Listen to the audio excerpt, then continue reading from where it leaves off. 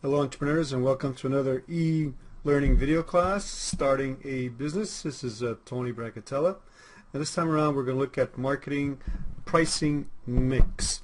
If you look at the actual marketing 4 P's, you've got product, which we just finished. We're going to look at price now, which is list price, discounts, bundling, and credit terms. And later on in another video, another class, we will look at promotion and place. So price, what is price? Price is the money value of a product or service as agreed upon in a market transaction. In other words, between a buyer and a seller. So when you do agree on the price, this is the money value attributed to the transaction. Now, price is the only element that creates sales revenue. The other 3 P's are costs.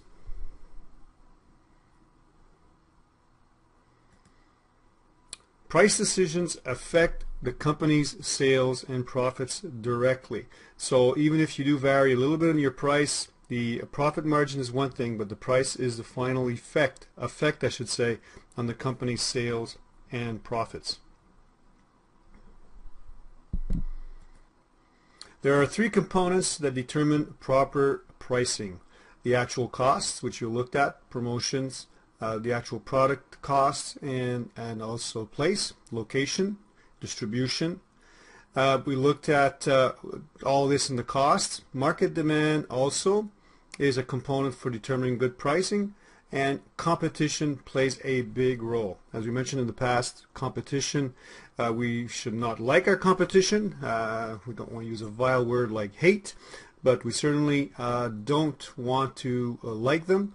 But certainly we have to respect them, and we have to know they're there, and we have to watch them with an eagle eye. So proper pricing is crucial to the success of your business or a sales program. So prices must be high enough to generate profit and low enough to be competitive. Now, some of you might have asked me about where do we set our profit margin, what is a good number for profit margins. This is all determined by all these elements of cost, competition, and so forth. So you really cannot put your finger on the perfect profit margin level or average. All businesses are different. So price does support or must support the other 3 elements of the marketing mix. So getting price correct cannot be the easiest thing to do. It can be tricky, but pricing must reflect your supply and demand relationship, want and need, and what you have on hand.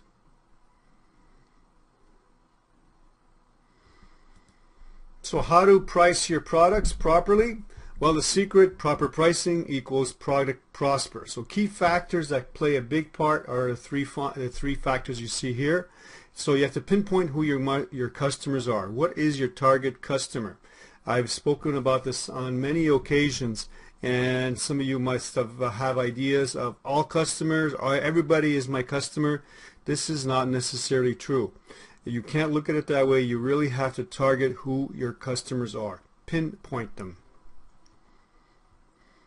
And mention competition again. Competition with an eagle eye. Be sharp on what they're doing. Track how they make their changes or what they charge, and to see exactly how they follow their own markets. And also to understand the relationship between quality and price. Unfortunately, a lot of businesses fail because they don't see this. They don't realize that their product does not have the quality, does not substantiate the quality they think for the price that it has. So later on we will look at a matrix of pricing strategy, which will look at for your business also to determine what's your strategy for pricing based on your quality. So how to price your products. Get clear about making money. What to achieve with your pricing strategy. Do not lose sight of the fact that you're in the business to make money. To prosper, to profit, you need to make money. You need to generate enough revenue selling your products. So this you cannot lose sight of. You have to cover all your costs, but to make a profit and perhaps expand your business. I mentioned this in the past too about how companies, as soon as they see the dollar building up in their accounts, they take this money and right away they expand their business or use it for personal reasons. And next thing you know, all their profit that they've made has gone out the window. Or if they haven't made a profit yet, they don't have any more money to cover their costs. So this is a very harsh reality for a lot of companies when they realize that they've used up money they don't even own, or don't even have, I should say.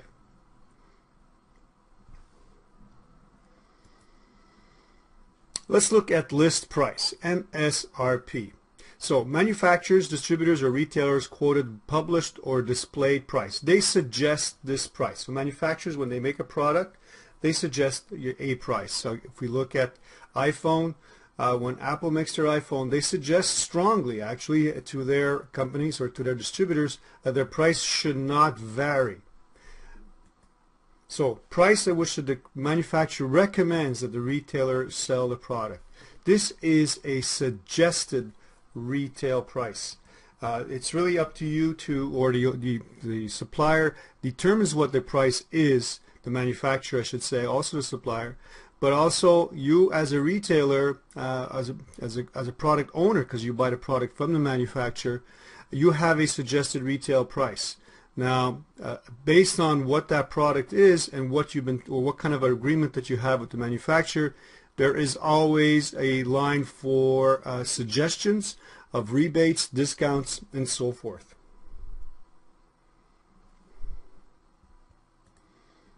So speaking of suggested pricing, here in Canada we more than suggest. We have what we call supply management. And supply management, what it does, it controls through policies pricing of cheese, milk, eggs, chicken, and turkey. This sets prices. It controls the supply and the distribution. It also helps to protect from foreign competition.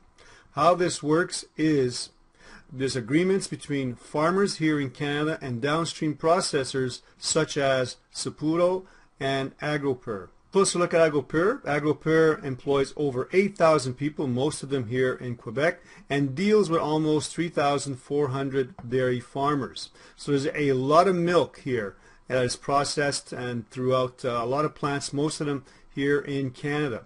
And our pricing here is regulated when it comes to these products with the policies. Now this is the big debate right now in Canada, based upon what's happening in the United States, where they have a lot of protectionism and they want to buy American. Here in Canada, we had this in place for a lot longer than they have, and so we have a strong support for buying Canadian, but also more importantly to support and protect our workers. So pricing is regulated. So I do have a little exercise for you to take a look at in Google Classroom, and maybe you can learn a little bit more about supply management through there and give me your opinion if you agree or disagree with supply management in Canada.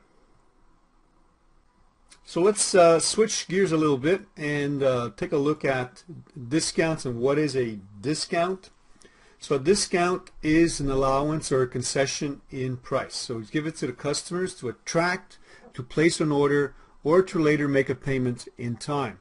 So discounts can also be referred to as a deduction in price, sales price, rebates. So the seller deducts the discount from the gross or total price and the buyer pays the net amount. There's many ways that this is happening today.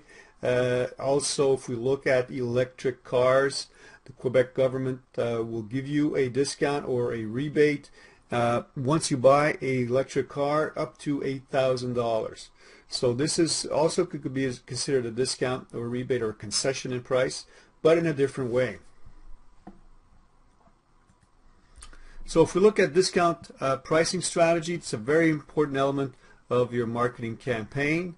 You don't want to give your products away, but certainly you want to be very competitive. So this directly impacts the amount of profits you're going to make or the profit margins you are going to make. pricing plays the part in this. It helps you meet your sales objectives and provides the best profit. This is very useful in attracting customers and traffic, and also if you want to start a new product and you really want to get it on the market quickly, you can do this on a very short term to put your product out in the marketplace and make it attractive for consumers to buy. Now there are different types of discounts. There's quite a few, as you can see. We're going to look at just a little bit. We're going to look at contractual or just volume. We're not going to look at quantity, cash, successive, or simple. But this is just to show you that these are 6, and there's even more than 6 types of discounts that there is out there. So if we look at contract discounts, establish a percentage of the selling price, to be applied to all orders under contracts. Also, contracts can be established at different levels, at the corporate level, a bill to customer level, or a bill to ship combination. Now these types of contract discounts you are probably very familiar with without even realizing it. A phone. So a phone, you have to sign a contract for 2 years, and the discount you get with the actual contract is in the phone itself and the services combined, bundled.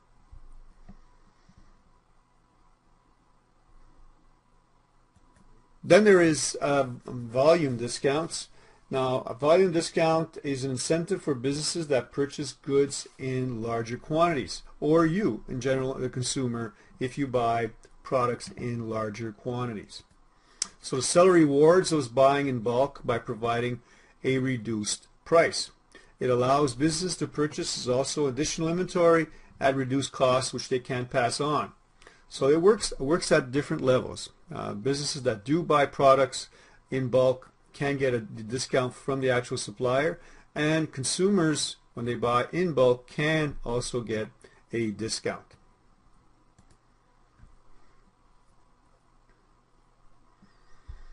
Now there's many types of different types of volume discounts you can get.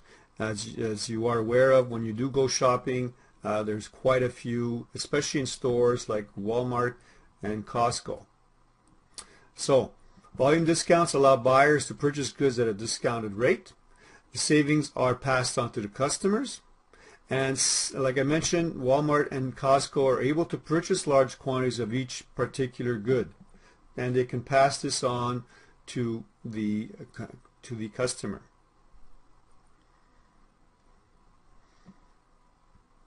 As I mentioned earlier about bundling, there are 2 types of bundling, and bundling really means the different goods and items are being sold and offers our entire bundle at a single price. So you get a discount when you actually buy a product that is bundled with something else. The 2 forms of price bundling there is pure bundling, and there is mixed bundling. So let's take a look at the 2 bundling possibilities. Pure bundling, the seller does not offer buyers the option of buying bundled items separately. Example, cable television. Cable television, they have a lot of packages that you have to buy, and when you do buy these packages, you have to buy them entirely. You cannot split the actual packages. So this is one example of pure bundling. You cannot split the package. They do not sell it in a separate entity.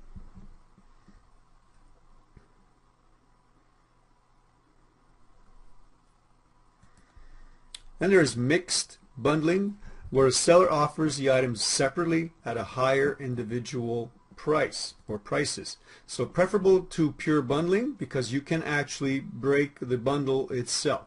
So because reference price effects makes it appear even more attractive excuse me, to buyers.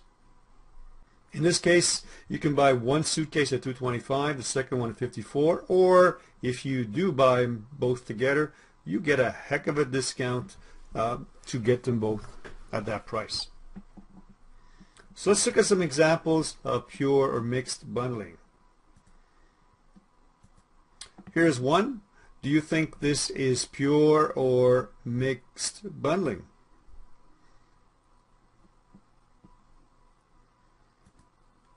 Another one. Pure or mixed bundling. Office, Word, Microsoft Office, would you consider this to be pure or mixed bundling?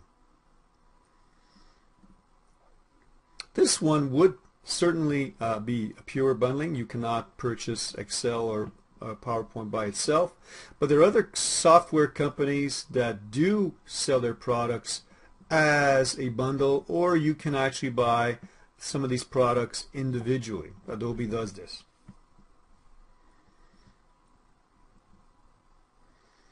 What about this? Would you consider this to be pure or mixed bundling?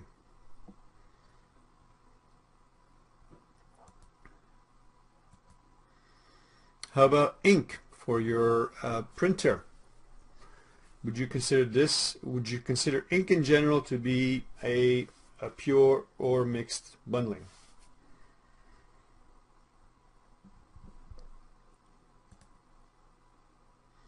Here's another example of an Xbox that comes with 2 games inside the actual box itself. Would you consider this to be pure or mixed?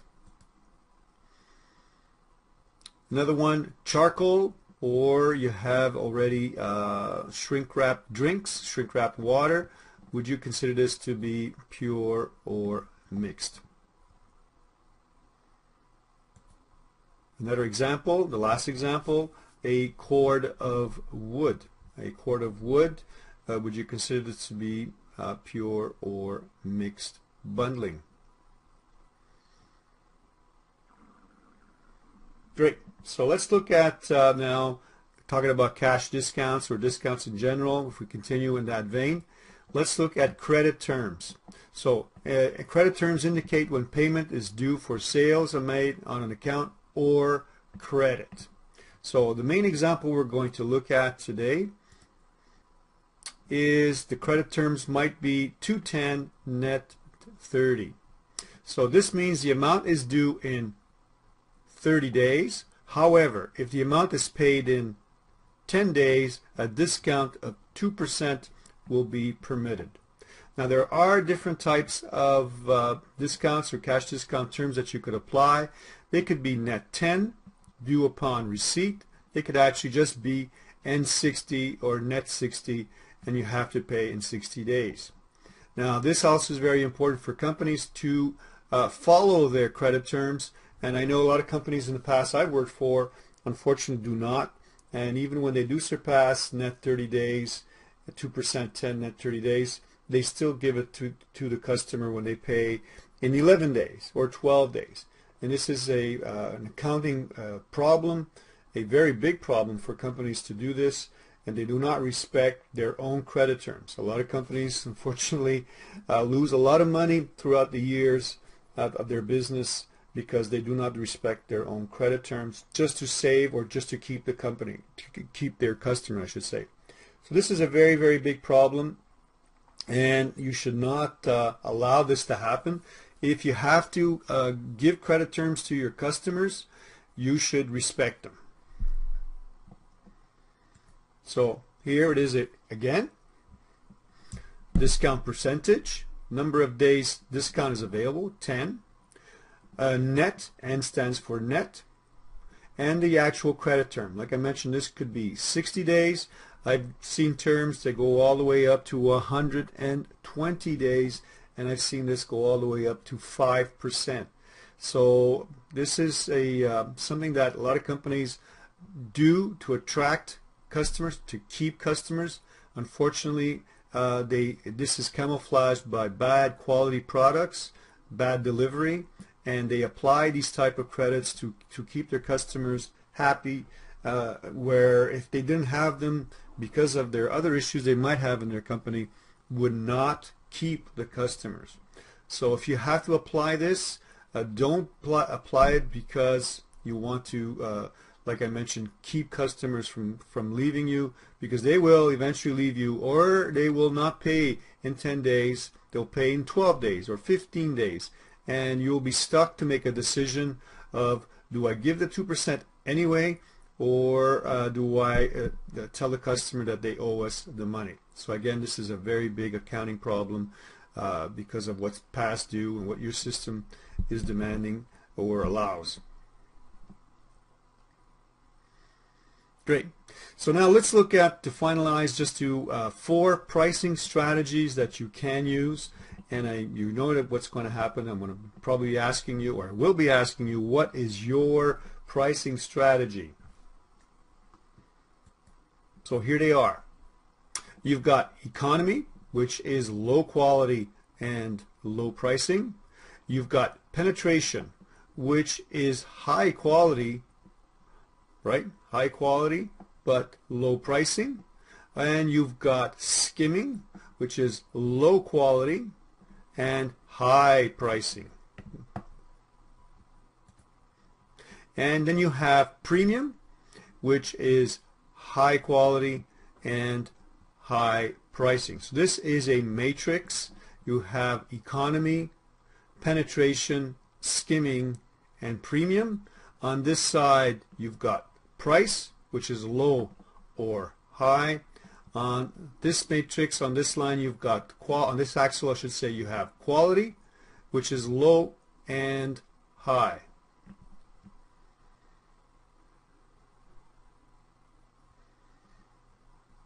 Let's look at them one by one.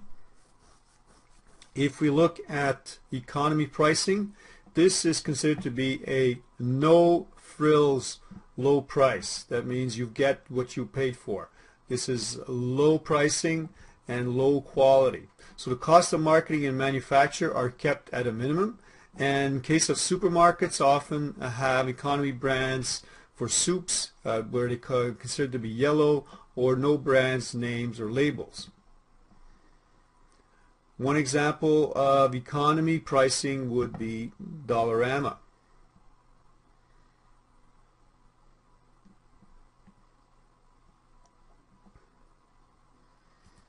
The next one would be penetration.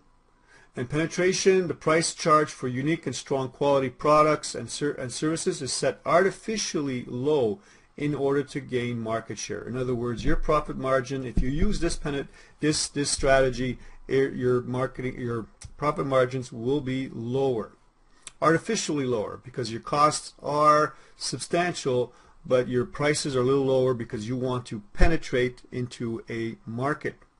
So in most cases, once this is achieved, the price is increased within only a short period of time. So if you can think of a lot of products that use this type of strategy, it is not the greatest strategy you want to use, because you're not going to make a lot of money very quickly, and before you make money, your break-even point will be stretched to the max, and you might have to do some concessions based on this. So this is very tricky to use penetration pricing, and you need to have already established base as a company to do this. Very difficult to do this for startup companies. So one example of penetration pricing a lot of companies use, it's called the loss leader. So the loss leader is a product they offer at a price that is not profitable, penetration, for the sake of offering another product at a greater profit or to attract new customers. You will go into stores like Walmart, Costco, and pharmacies, and they will apply this, where they will give you a 3-for-1 on a product, let's say, that is new in the market or they have to get rid of, and for you to actually buy other products or feel that you have saved money, and you will take that savings and use it elsewhere in the store. Why not? You're there already. And also they use this to introduce new customers to a service or product in the hope of building a customer base and securing future recurring revenue. So this is loss leader. And like I mentioned, loss leaders are used by a lot of companies today, and this is something that new products at low prices are lower than in other stores. and hoping that the customer will buy more than one product once they are in the store. So they're willing to lose money. In other words, your profit margins are really small on the new product as a way to get more customers through the door. This eventually, though, will change, and once they do have established customer base and certain stores, they will increase these prices. So when you do see these loss leaders, they don't last very long. Do take advantage, but be very careful with your money, and you should just buy the product and run out of the store.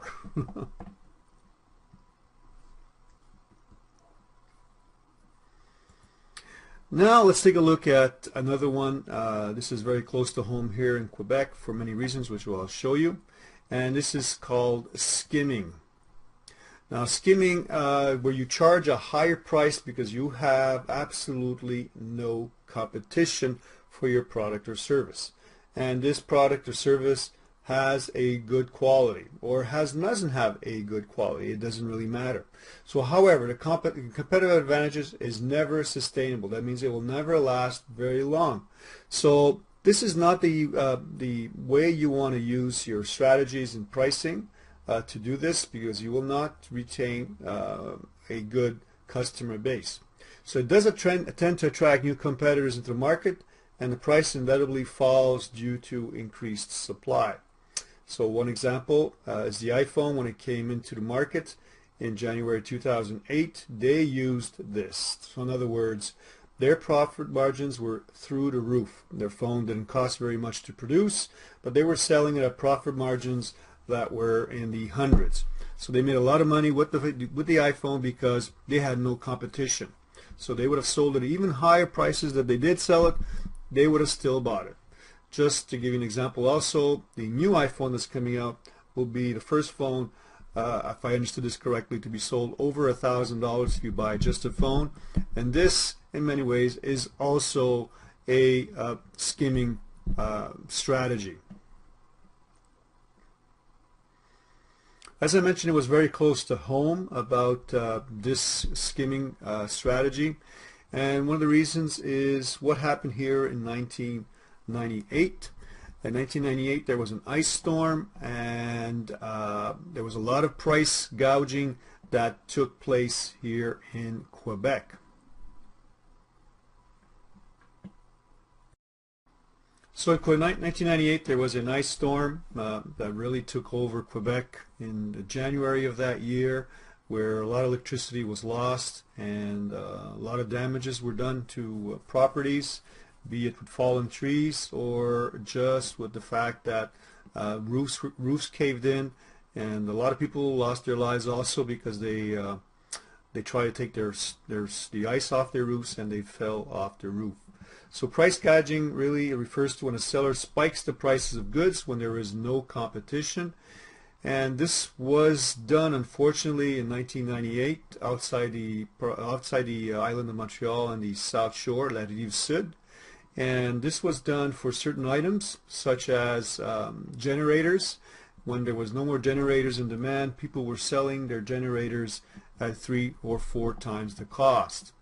This was also done with wood. Cords of wood. Wood was in high demand because people wanted to heat with their stoves, and cords of wood prices were gouged throughout the South Shore. And the other one also was water. Water was in high demand, and there was not much that was being put out because of what the infrastructure couldn't allow it. Dépanneurs and stores were out of water. A lot of people that bought the water resold it at astronomical prices.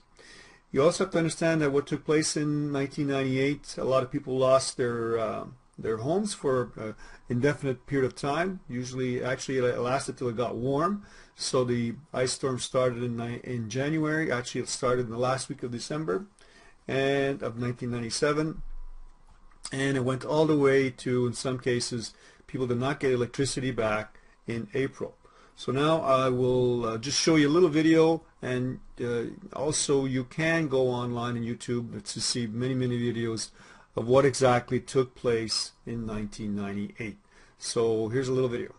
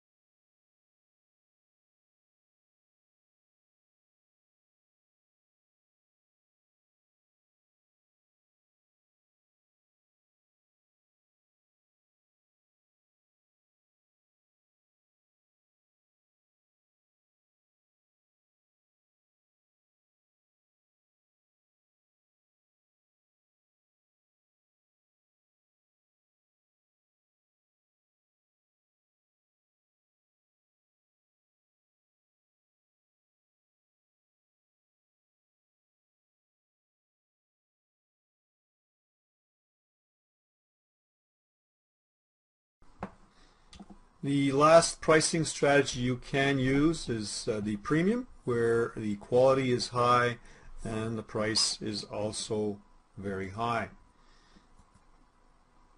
So premium pricing, use a high-end price where they're unique and unquestionably high quality in your product.